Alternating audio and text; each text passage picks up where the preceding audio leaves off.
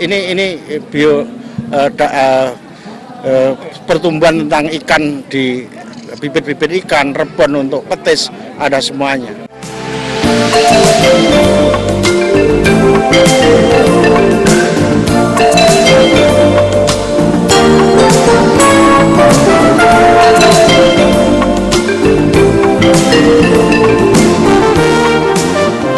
Saat ini hampir 1 tahun Mangrove Center Tuban terus melakukan kegiatan pasca diresmikannya Bank Benih Mangrove dan Mangrove Center. Namun bagaimana dengan saat ini? Perkembangan apa yang sudah terjadi di Mangrove Center? Apakah benih mangrove berfungsi dengan baik? Untuk itulah kapal Jawa Timur yang dipimpin Suparto Wijoyo berkesempatan mengunjungi Bank Benih Mangrove dan Mangrove Center. Ternyata perkembangannya cukup pesat. Perkembangannya ini boleh dikata cepat sekali ya, cepat sekali, utamanya di dalam education, yaitu edukatif ya, siswa-siswa mulai dari siswa SD sampai ke mahasiswa itu sangat antusias sekali dengan adanya Mangrove Center di sini, sebab banyak bekal-bekal yang kita salurkan kepada mereka itu. Kerjasamanya antara pemerintah dengan kapal ini menurut saya sangat bagus sekali.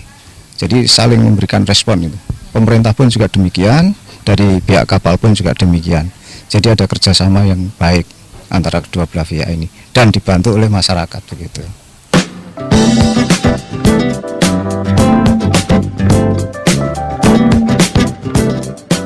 Mangrove Center Tuban menjadi bukti nyata bahwa keberadaan hutan mangrove akan menjadi habitat bagi satwa liar, salah satunya burung. Mangrove yang ditanam oleh kelompok tani di area Mangrove Center Tuban telah berkembang menjadi hutan. Bahkan kini Bank Benih Mangrove Tuban tidak hanya memberikan bibit mangrove untuk ditanam di Jawa Timur, namun hingga luar Jawa Timur. Karena yang diresmikan Pak Karwo itu adalah di bidang pembibitan, volume bibit secara kualitas dan kuantitas bibit yang kita produksi dan kita sebarkan kepada masyarakat dari tahun ke tahun mengalami pertambahan yang signifikan. Contohnya untuk tahun 2012 kemarin kita memproduksi tidak kurang dari 3 juta bibit mangrove dan tanaman kehutanan lainnya yang sudah tersebar di seluruh Jawa Timur dan khususnya Jawa Timur dan tidak sedikit yang di luar provinsi gitu. Setelah Pak Dekarwo ke sini kita sudah nambahi beberapa sarana dan prasarana yang sudah berkembang, antara lain dulu yang tempat kita gunakan untuk pameran ketika itu sekarang sudah kita ginikan 11 guest house penginapan. Jadi kita sudah punya 27 kamar untuk penginapan. Contoh kecil yang kita gunakan pameran itu sekarang sudah kita gunakan untuk guest house untuk penginapan teman-teman yang melakukan kegiatan di sini. Terus untuk Sarpras MCK, alhamdulillah kita sudah punya sekitar 99 titik MCK yang permanen yang bisa digunakan untuk kegiatan sekitar 2.000 sampai 3.000 orang dengan baik. Artinya kalau kita melakukan kegiatan 3.000 orang, insya Allah MCK-nya sudah memadai.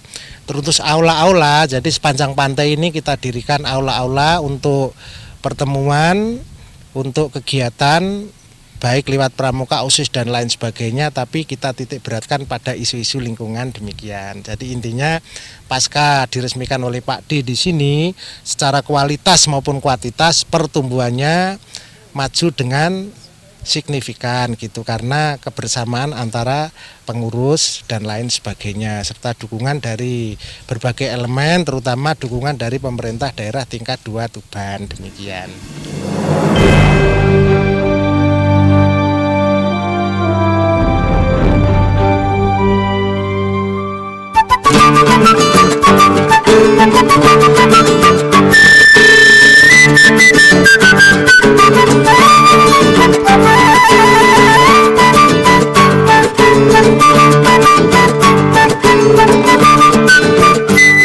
Provinsi Jawa Timur memiliki banyak potensi alam yang belum dimanfaatkan secara maksimal, sebut saja Buah Siwalan.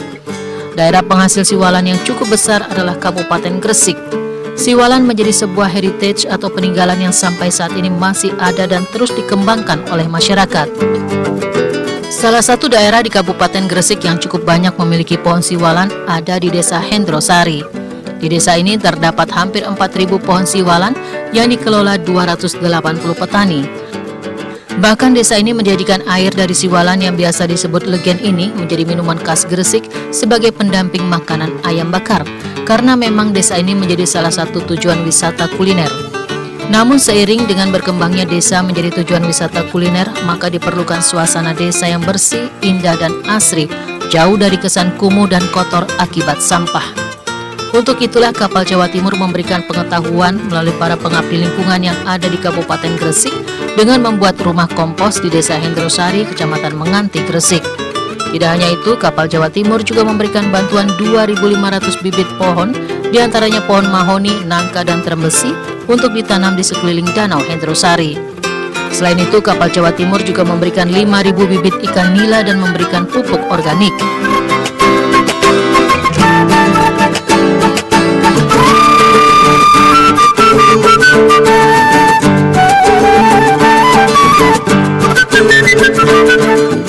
Menurut Suparto Wijoyo, Ketua Kapal Jawa Timur, penggunaan pupuk kapal organik pada tanaman akan memberikan hasil yang bagus. Suparto Wijoyo juga memberikan apresiasi yang sangat positif terhadap perkembangan dan aktivitas dari pengabdi lingkungan di Kabupaten Gresik.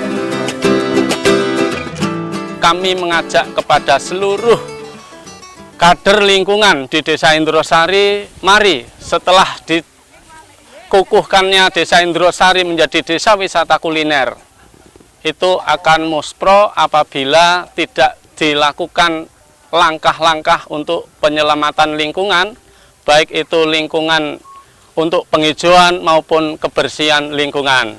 Jadi kami mengajak seluruh komponen daripada penggiat lingkungan ini untuk bisa secara terus-menerus untuk bisa membantu bagaimana supaya di Desa Hendrosari ini menjadi asri, menjadi sejuk dengan adanya program bantuan dari Kapal Jatim berupa tanaman penghijauan pohon mahoni yang telah diberikan oleh Bapak Ketua Kapal Jatim, Bapak Profesor Suparto Wijoyo, dengan bantuan pohon mahoni yang telah kita tanam di seputar bendungan Desa Hendrosari. Kemudian nanti kita akan lanjutkan di jalan-jalan poros desa di Hendrosari juga yang akan kita lakukan juga di sekitar lapangan ini.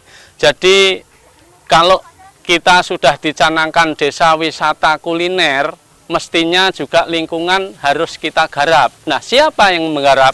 Nah, kita-kita semua ini yang menjadi penerus atau generasi muda dalam rangka untuk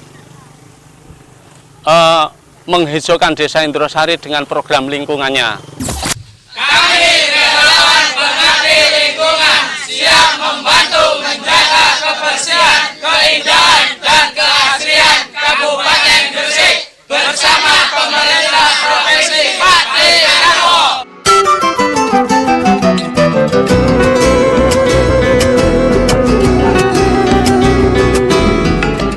Para pengabdi lingkungan yang tergabung dalam kapal Kabupaten Gresik juga mendapat perhatian dari para ibu-ibu yang tergabung dalam PKK. Sebagai kader PKK mendukung adanya wisata kuliner yang ada di Desa Hendrosari ini. Tentunya dengan kebersihannya sangat mendukung, yaitu kami selalu kader PKK akan selalu memotivasi dengan warga, kemudian selanjutnya akan memberi contoh, karena kebersihan adalah salah satu aset atau yang perlu dipelihara, salah satu pendukung, yaitu untuk mendukung wisata kuliner yang ada di Desa Hendrosari. Didukung oleh sumber daya alam yang sangat luar biasa yang saya selalu mensyukuri sebagai warga Desa Hendrosari.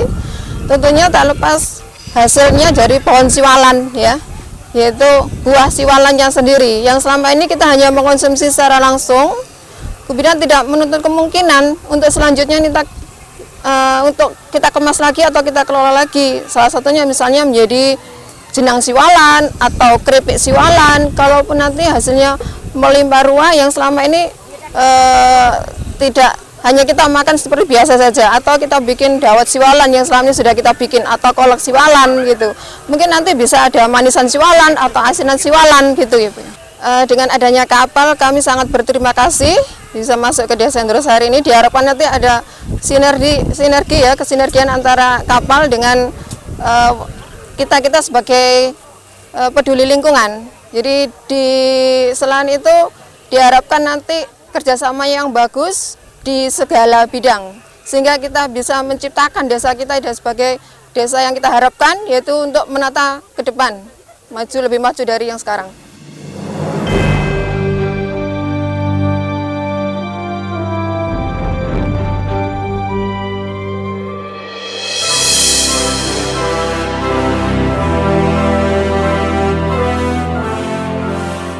Dunia diciptakan baik, apa adanya dan semuanya ada. Hal itu diserahkan kepada manusia sebagai lingkungan hidup kita. Tuhan memberikan kuasa untuk menguasai alam, namun kita harus memanfaatkannya dan menguasainya secara bijak. Jika tidak menjadikan alam sebagai sahabat kita, maka alam pasti akan menjadi musuh berbahaya bagi kita. Karenanya, jagalah lingkungan dengan baik.